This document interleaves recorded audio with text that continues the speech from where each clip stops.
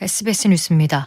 어제 0시부터 밤 9시까지 발생한 국내 코로나19 신규 확진자가 1,681명으로 잠정 집계됐습니다. 청해부대 확진자를 제외한 수치로 국내 코로나19 사태 발생 이후 최대치입니다. 수도권 1,160명, 비수도권 521명으로 밤 9시 집계에서 비수도권 확진자가 500명대를 기록한 것은 4차 유행 이후 처음입니다. 확산 추세를 감안하면 오늘 오전 발표될 확진자 수는 1,800명 안팎에 달할 것으로 보입니다. 수도권의 사회적 거리두기 4단계는 오는 25일 종료될 예정이지만 확산세가 지속되면 연장이 불가피해 보입니다. 수도권에서 시작된 4차 유행이 최근 비수도권으로도 확산하고 있는 가운데 거리두기 격상 지역도 빠르게 늘고 있습니다. 그제 오후부터 어제 오전까지 하루 최다인 97명의 확진자가 나온 부산은 오늘 0시부터 거리두기를 3단계로 격상하기로 했습니다. 경남 창원과 통영, 진주시도 어제 3단계로 올렸고 대전은 내일부터 3단계로 올리기로 했습니다. 지난 한 주 전파력이 센 델타 변이 검출률이 33.9%까지 높아진 점도 우려를 키우고 있습니다.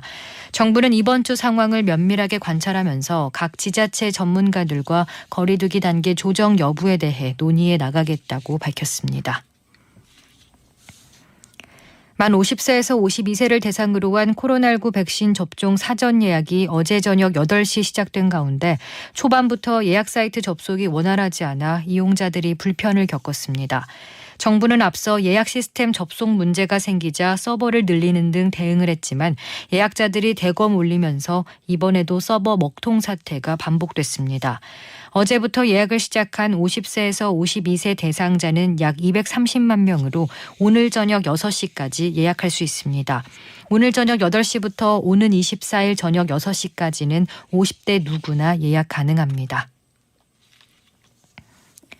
미국에서 델타 변이 바이러스의 비중이 83%까지 치솟았다고 미 보건당국자가 밝혔습니다. 미 질병통제예방센터의 로셸 월렌스키 국장은 미 상원 청문회에 나와 미국에서 델타 변이가 83%를 차지하는 것으로 나타났다고 말했습니다. 이런 가운데 미국 백악관과 연방하원 의장실의 관리가 코로나19 양성 판정을 받은 것으로 알려졌습니다. 이들은 모두 백신 접종을 완료했지만 코로나19에 감염된 돌파 감염 사례입니다. 세계 최고 부자이자 아마존 창업자인 제프 베이조스가 우주 관광에 성공했습니다. 영국의 억만장자 리처드 브랜스 버진그룹 회장이 우주 관광 시범 비행에 성공한 뒤 9일 만입니다.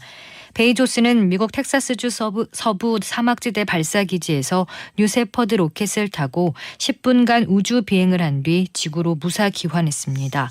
베이조스는 우주의 가장자리인 100km 이상 고도까지 비행해 몇 분간 무중력에 가까운 극미 중력을 체험했습니다. 송영길 더불어민주당 대표와 이준석 국민의힘 대표가 오늘 오후 2시부터 SBS 주영진의 뉴스브리핑이 개최하는 당대표 토론 배틀에 나섭니다. 두 당대표는 75분 동안 생방송으로 대선과 코로나19 방역, 검언 유착 논란, 여성가족부와 통일부 폐지론, 일본 외교 문제 등 각종 현안에 대해 치열한 토론을 펼칠 예정입니다. 전국에 폭염경보와 폭염주의보가 내려진 가운데 본격적인 폭염이 시작됐습니다. 서울을 비롯한 수도권과 제주도, 남해안 곳곳에는 밤사이 최저기온이 25도 아래로 떨어지지 않는 열대야도 나타나고 있습니다. 오늘은 대부분 지방의 낮 최고 기온이 35도 안팎까지 올라가면서 폭염이 기승을 부릴 전망입니다. 서울과 춘천, 대전의 기온은 36도까지 올라가겠고 광주는 35도, 대구는 33도가 예상됩니다. 서울의 현재 기온은 24도, 습도는 92%입니다. 주시은입니다. 뉴스를 마칩니다. SBS